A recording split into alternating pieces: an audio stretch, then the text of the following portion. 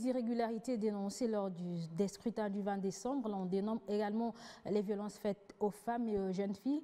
La dynamique femmes et inclusion de la Synco qui en a fait mention s'insurge contre ces actes de barbarie et exige que justice soit faite partout où ces violences ont été signalées. Elle sollicite en outre l'implication des autorités du pays et réclame que les auteurs répondent de leurs actes.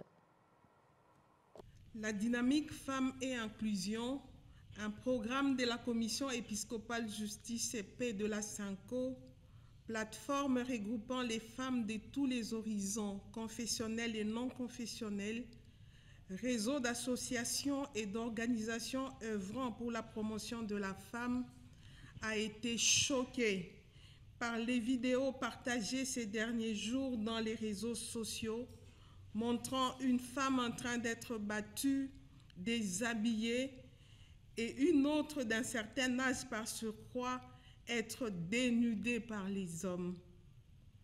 Des informations en notre possession, une d'elles, défenseuse de droits de l'homme, leader de la structure Femmes d'Action à Kananga, observatrice lors des scrutins du 20 décembre 2023, a été confondue aux partisans d'un candidat à la présidentielle de l'opposition.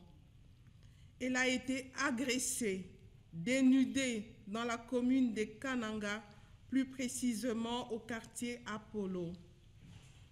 Quels que soient les motifs d'accusation, ces actes ignobles ne peuvent être tolérés car le corps de la femme reste sacré.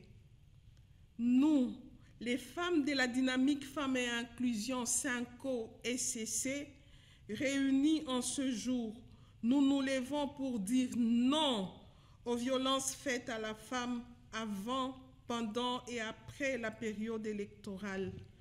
Nous dénonçons vigoureusement ces traitements. La liberté de vote étant un droit constitutionnellement garanti, personne, encore moins la femme, ne devrait en être privé dans un pays dit de droit. Nous lançons un appel à tous les hommes intègres de nous aider dans cette lutte pour que cette fois-ci, les autorités prennent des mesures qui s'imposent pour mettre hors d'état de nuire des hommes sans scrupules.